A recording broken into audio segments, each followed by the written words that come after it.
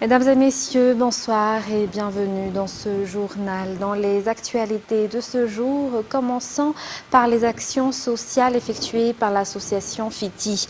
Les sensibilisations et formations octroyées par les associations FITI et Wednesday Morning Group dans le cadre de la lutte contre la violence se sont poursuivies aujourd'hui auprès du Fukuntan d'Andoutapenaka 2. Les animateurs sociaux et les pôles œuvrant dans la lutte contre la violence à Andoutapenaka 2 ont bénéficié de la formation aujourd'hui. Il se charge par la suite de former la communauté. Reportage de Miarvoula Sfeir et Michel Rakoutson. Pour cette année seulement, le nombre d'affaires de violence conjugale signalées au Fukuntan d'Andoutapenaka 2 et transmises aux instances supérieures a atteint les 275. Plus de 500 cas sont passés par le Fukuntan d'Andoutapenaka 2 d'après les explications du chef du Fukuntan. En effet, des cas de violence physique, sexuelle, psychologique et économique se présentent presque quotidiennement dans les bas quartiers. Cependant, l'appréhension des habitants à signaler ces faits représente encore un obstacle, ce qui fait que de nombreuses affaires sont réglées à l'amiable. Le comité de vigilance local a d'ailleurs attesté que la violence y règne. Les conflits et violences conjugales sont les plus courants. Face à cette situation, l'association FITI, en collaboration avec l'association Wednesday Morning Group, a effectué une sensibilisation et dispensé une formation auprès du Fukuntan d'Andoutapenaka 2 ce jour. La formation se base sur l'instruction sur les lois concernant la lutte contre la violence. En outre, les formateurs ont enseigné sur les différentes formes de violence que subissent les femmes et les enfants qui se présentent souvent au sein de la société sans que les victimes ne se rendent compte qu'il s'agit de violences et d'abus et ne les signalent pas. Cet événement auquel les associations FITI et Wednesday Morning Group participent s'inscrit dans le cadre des séjours d'activisme contre la violence envers les femmes. Il a débuté hier à Mamassen, s'est poursuivi aujourd'hui à Andoutapenaka et prendra fin demain à Nansan. L'objectif au cours de ces 3 jours avec les associations FITI et Wednesday Morning Group est de fournir des connaissances aux femmes activistes dans chacune de ces localités afin qu'elles puissent agir et éduquer la communauté. Tout ceci dans l'optique d'abolir la violence que certains considèrent comme un fait ordinaire alors qu'elle devrait être stoppée et éradiquée.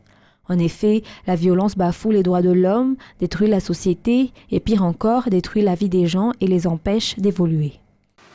Dans un tout autre sujet à présent, page politique, 3e jour du procès des 20 impliqués dans l'affaire Apollo 21 de ressortissants étrangers sont passés devant les juges ce jour. François Philippe et sa compagne Brigitte, si certains font courir les rumeurs d'un commenté en ce qui concerne ces derniers, Paul Rafanoir en a cependant reconnu l'existence du projet Apollo 21 hier. Pour sa part, François Philippe a également reconnu auprès du juge d'instruction il y a 3 mois de cela avoir déjà été abordé par les instigateurs du projet, d'autant plus qu'il est soupçonné être le deuxième cerveau du complot avec pour charge de mobiliser les commandos afin de mener à bien l'opération. Cécile Vin nous en dit plus.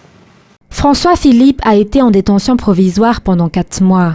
C'est un militaire ayant servi la France pendant 25 ans et qui est arrivé à Madagascar en janvier 2020. Le 20 juillet 2021, lui et sa compagne ont été interceptés à l'aéroport d'Ivat alors qu'il allait prendre un vol pour Paris. Paul Rafanoir, le cerveau du projet Apollo 21, a également été arrêté ce jour-là.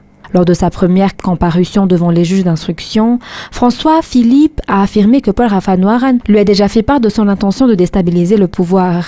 Par ailleurs, suite à une investigation de ses matériels numériques, des documents attestent qu'il a été au courant de la rébellion ainsi que des objectifs du projet Apollo 21.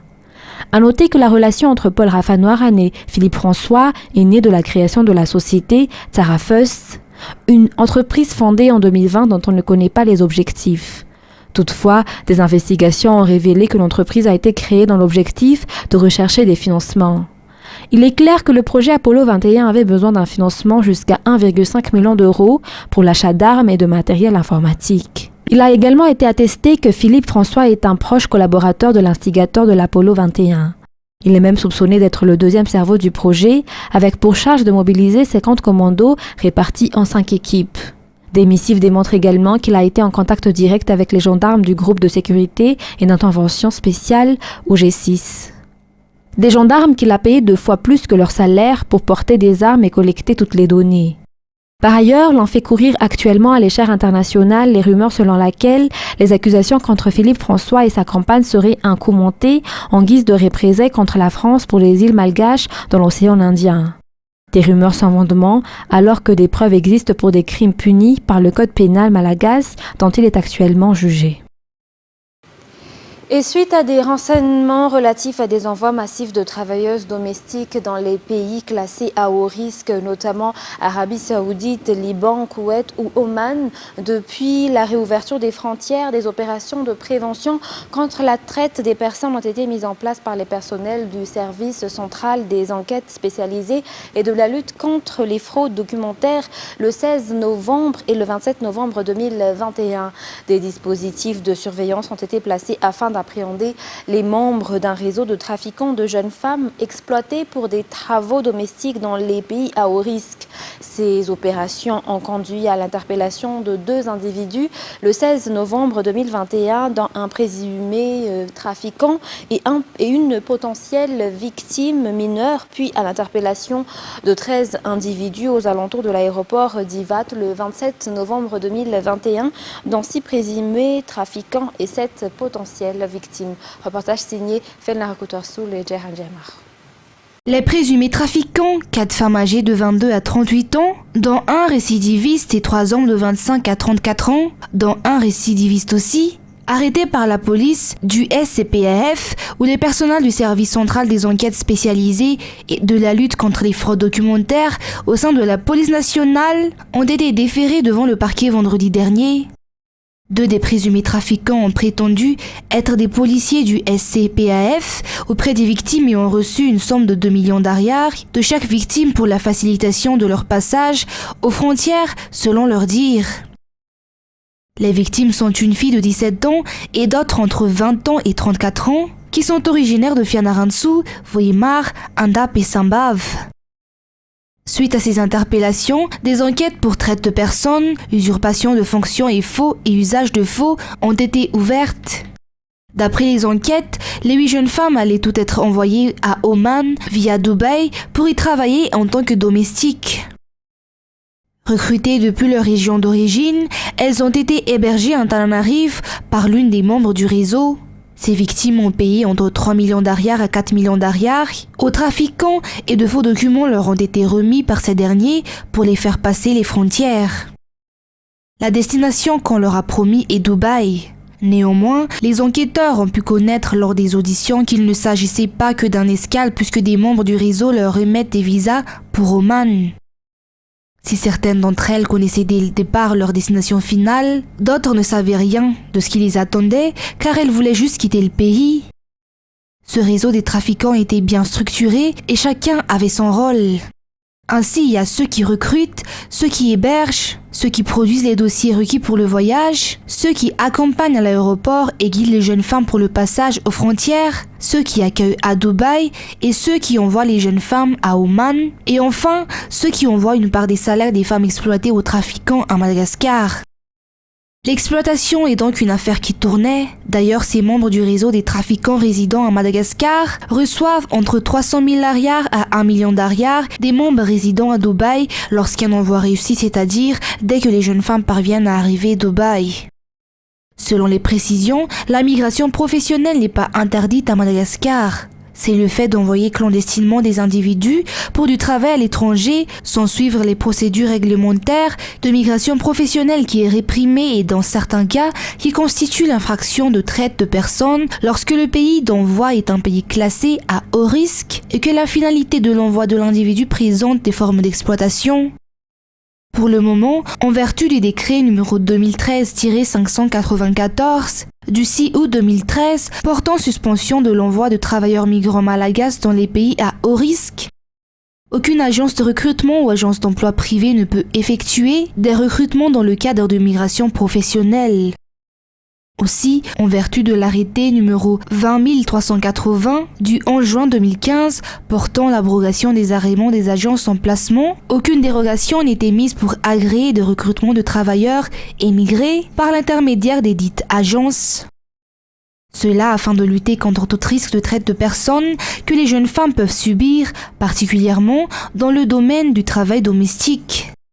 La loi réprime sévèrement ces actes à cause des abus de vulnérabilité perpétrés dans leur commission. Les dossiers d'enquête ont été transférés au pôle anticorruption le 19 novembre 2021 et le 1er décembre 2021.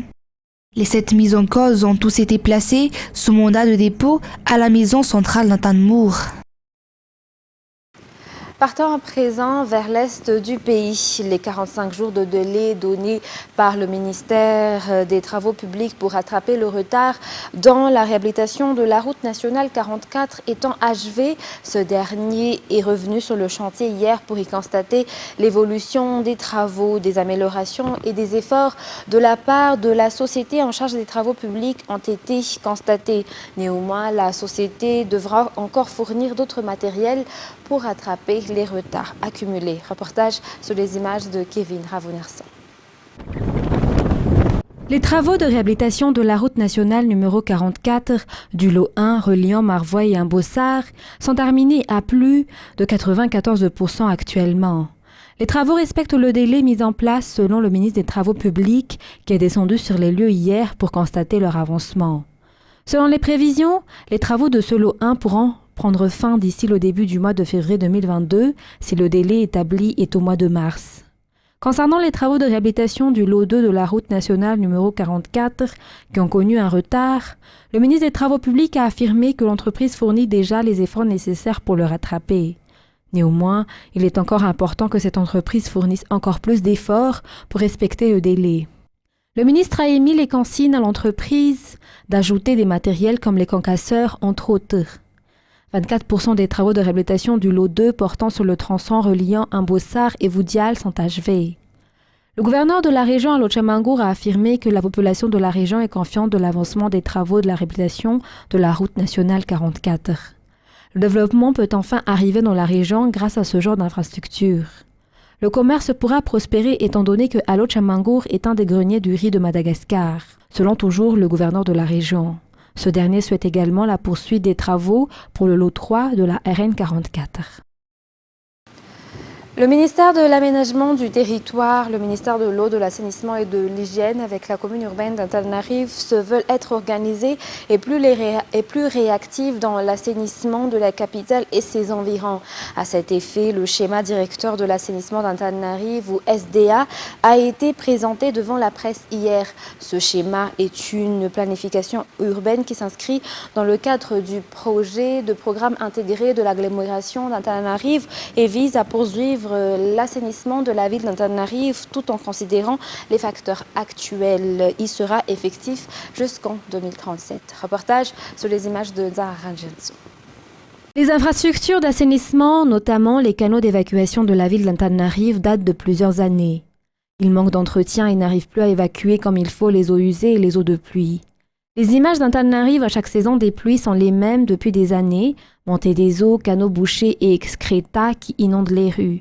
Donc face à cette croissance de la population, les territoires habités sont devenus exigus avec une insalubrité notoire, due principalement à une urbanisation plus ou moins anarchique, freinant le développement de la population et de la zone concernée. Donc les zones basses de l'agglomération d'Antananarive, dans laquelle vit une très grande partie de la population urbaine, sont chaque année vulnérables à l'inondation. En effet, les services d'assainissement sont insuffisants et n'arrivent pas à entretenir régulièrement les réseaux et canaux existants. Donc, que ce soit la BIPA ou le SMA peuvent témoigner, disons, des difficultés affrontées annuellement pour le curage des canaux. Pour y remédier, le ministère de l'Aménagement du Territoire avec le ministère de l'Eau, de l'Assainissement et de l'Hygiène a mis en œuvre le schéma directeur de l'assainissement d'Antananarive. Ce schéma servira de feuille de route pour l'assainissement de la ville et ses environs, surtout pour la mise en œuvre du plan intégré de l'agglomération d'Antananarive. Il permet également d'identifier les investissements nécessaires pour l'évolution de la capitale, que ce soit en termes de croissance démographique que pour la gestion des infrastructures d'assainissement jusqu'en 2037 pour éviter les inondations. Et que ce schéma directeur d'assainissement de Tana, c'est un énorme travail qui a été initié dans le cadre du projet PIA que nous avons financé avec l'Union européenne et qui a permis de définir une projection à 20, 30, 40 ans d'écoulement des eaux pluviales, de planification et d'organisation de l'assainissement à Tananarive et même au-delà, vu que le schéma directeur d'assainissement est en train d'être étendu à l'ensemble des communes du Grand Tananarive avec un financement complémentaire de l'Union européenne pour avoir un outil qui est très important. C'est un outil d'abord d'aide à la planification urbaine qui permet de définir des zones qui sont constructibles et des zones qui doivent rester inconstructibles. Pourquoi? Parce que si elles deviennent constructibles, ça va provoquer des inondations qui peuvent être dévastatrices pour les biens et pour les personnes. Ça peut faire des victimes. L'Union européenne avec l'AFD s'emprête pour financer le programme PIA2 à travers un financement de 8 millions d'euros en dons pour l'Union européenne et 35 millions d'euros de prêts venant de l'AFD. Parlant santé à présent, nombreux sont ceux qui rejoignent les centres de santé actuellement selon un médecin au niveau des CSB. Des médecins privés affirment également de leur côté que la plupart de patients qui viennent dans leur cabinet présentent des cas de grippe. Reportage de Radramanazatou et India Razanaville. Cette mère de famille qui ne se sentait pas en forme s'est empressée de rejoindre le centre de santé de base à Nalamainti. Selon ses propos, la peur de la pandémie l'a incité à s'y rendre immédiatement. Par ailleurs, le médecin-chef du centre de santé de base a souligné qu'actuellement, les cas d'automédication baissent. Les gens préfèrent aller auprès des centres de santé. D'après ses explications, les symptômes varient selon les malades qui viennent consulter.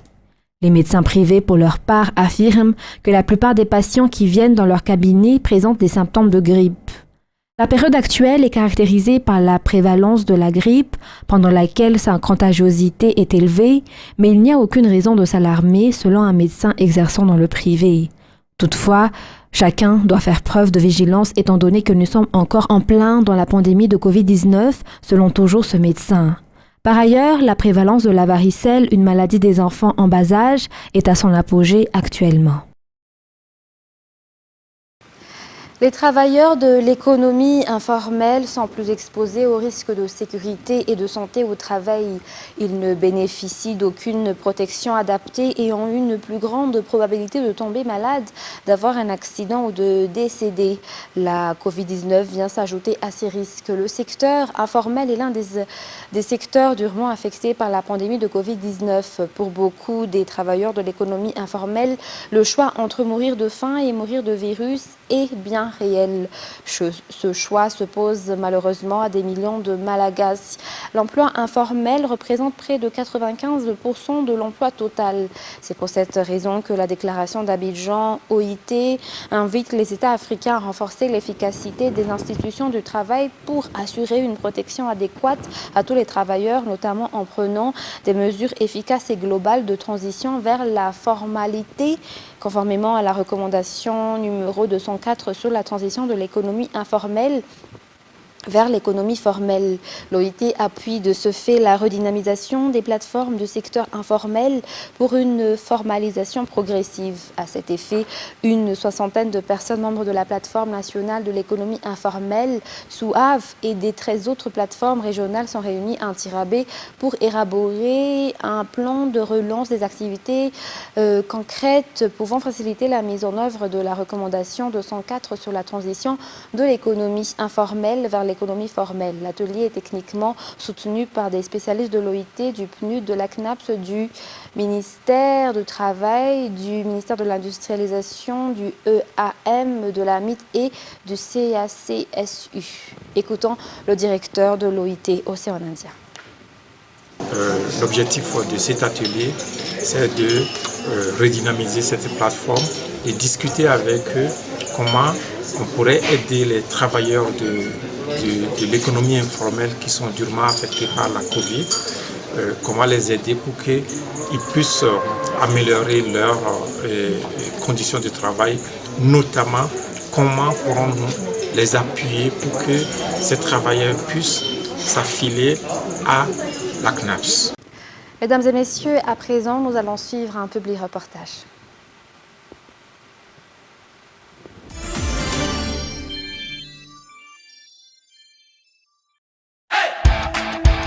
dans la ligne des grandes compétitions sportives. Déjà sponsorisée par l'opérateur en télécommunications Telma Madagascar, la Telma Golf Cup renforce l'engagement de l'opérateur en tant que premier partenaire du sport à Madagascar.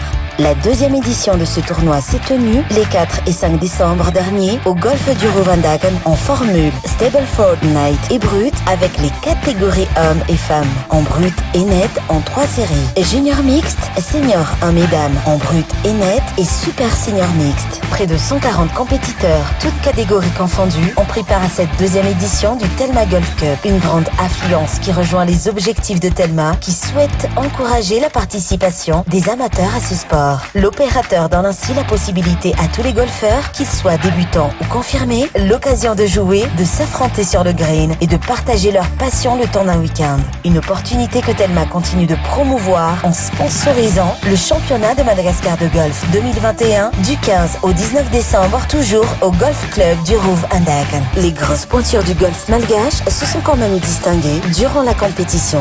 La deuxième édition de Telma Golf Cup était aussi une occasion pour Patrick Pizalamida, administrateur directeur général de Telma, de rappeler que Madagascar a aujourd'hui le potentiel en ressources humaines et technologiques, notamment avec la 5G, d'apporter davantage de valeur ajoutée dans la marche vers le développement. On est capable de faire ce qui se fait de mieux au monde. Pour ça, il faut des entreprises, des entrepreneurs qui sont volontaires, qui veulent pousser, tirer vers le haut Madagascar. C'est la technologie aujourd'hui et contre vents et marées, on va continuer à déployer la 5G à Madagascar.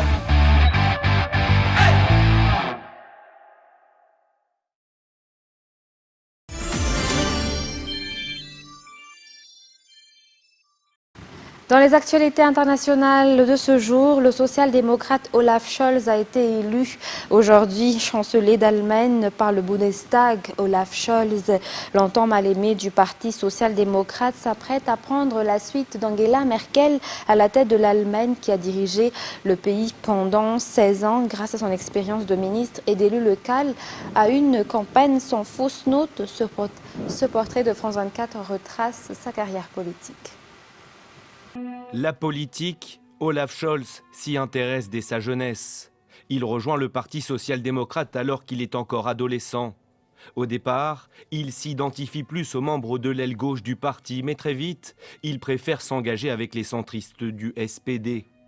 Après une carrière d'avocat spécialisé dans les questions relatives au travail, Olaf Scholz est élu au Bundestag en 1998. Il a alors 40 ans. La même année, il épouse Britta Ernst, elle aussi engagée au SPD. Entre 2002 et 2004, il est secrétaire général du Parti social-démocrate. La presse le compare alors souvent à un robot, lui qui défend bec et ongles les réformes du travail impopulaire de son idole, le chancelier Gerhard Schröder. Olaf Scholz devient 3 ans plus tard ministre du Travail dans le premier gouvernement de coalition d'Angela Merkel. En 2011, il est élu maire d'Hambourg, un poste qu'il occupe pendant 7 ans avant d'être nommé ministre des Finances et vice-chancelier. Bien qu'il soit membre d'un autre parti que celui de la chancelière Merkel, durant sa campagne, il a tenté de se présenter comme un candidat de la continuité, adoptant même le célèbre geste de la main de la chancelière sur cette couverture d'un magazine allemand. En tant que leader du SPD depuis près d'une décennie, il a acquis la réputation d'homme méticuleux, sûr de lui et ambitieux, mais il n'est pas connu pour être charismatique. La presse étrangère l'a même élu politicien le plus ennuyeux du monde. Cet homme de 63 ans a lui-même admis qu'il n'était pas particulièrement émotif en politique. Son atout, selon lui, être un homme d'action qui apportera de la stabilité et un leadership solide dans cette Allemagne post-Merkel. Il n'y a aucune raison de douter du fait que les vaccins actuels protègent des malades contaminés par le variant Omicron contre les formes sévères du Covid-19, estime Michael Ryan, le responsable des urgences de l'OMS, dans un entretien accordé hier à l'AFP. France 24. L'apparition du variant Omicron en Afrique du Sud a provoqué un vent de panique en Europe, entraînant des fermetures de frontières en cascade. Mais les dernières nouvelles sont plus rassurantes, notamment sur la protection offerte par les vaccins. Je m'attends très franchement à ce que les vaccins dont nous disposons actuellement soient efficaces contre les maladies graves et les hospitalisations. C'est ce que nous devons mesurer et confirmer. Et nous devons également confirmer s'il y a une interruption de cette protection. Mais je m'attends à avoir une certaine protection. Et c'est pour cela que la vaccination est si importante. C'est la meilleure arme dont nous disposons actuellement. L'efficacité du vaccin pourrait toutefois être moindre contre Omicron, qui présente un nombre très élevé de mutations. Des scientifiques italiens en ont identifié une trentaine dans la protéine Spike, la clé d'entrée du virus dans l'organisme. Ce que l'on sait sur la diffusion de ce virus, ce sont des données que l'on a de l'Afrique du Sud. Eh bien, ce virus se disperse très facilement. Donc sans doute, et à la vue de son génome, en effet, il a des mutations qui lui permettent une meilleure diffusion. Des mutations qui rendraient le virus 3 à 4 fois plus transmissible. Mais pas forcément plus dangereux, selon le conseiller à la Maison-Blanche sur la crise sanitaire. Il est quasiment certain qu'il n'est pas plus grave que Delta. Il y a quelques signes montrant qu'il se pourrait même qu'il soit encore moins grave. En Afrique du Sud, l'apparition du variant Omicron n'a pas provoqué une hausse importante des hospitalisations. Les études de ce variant détectées le 24 novembre n'en sont toutefois qu'à leur début. À ce jour, Omicron a été repéré dans une quarantaine de pays. Après l'adoption du projet de loi d'union de personnes du même sexe par le Parlement, le Chili a rejoint hier mardi la trentaine de pays dans le monde ayant légalisé le mariage pour tous. Il appartient désormais à l'actuel président conservateur Sebastián Piñera de décider de la promulgation de cette loi. Reportage. Les militants du Movil, le principal mouvement en faveur de l'égalité des homosexuels au Chili, peuvent manifester leur joie. Car mardi, le Parlement a voté en faveur du mariage entre personnes de même sexe. Après l'approbation du Sénat, la Chambre des députés s'est prononcée à 82 voix pour le mariage pour tous, 20 contre et 2 abstentions. Jusqu'à présent, les couples homosexuels pouvaient s'unir seulement par un pacte d'union civile en vigueur depuis 2015. Une avancée qui valide un projet de loi déposé en 2017 à l'initiative de la présidente socialiste d'alors, Michelle Bachelet. Ces 4 dernières années, le projet a été constamment combattu par le bloc le plus conservateur de la droite chilienne au pouvoir, mais parallèlement, il a toujours obtenu une majorité de oui à chaque étape du processus législatif, dans un Parlement dominé par l'opposition. Le président conservateur Sebastián Piñera, qui achève son mandat en mars prochain, doit encore promulguer la loi. Elle permettra aussi aux couples homosexuels mariés d'adopter des enfants.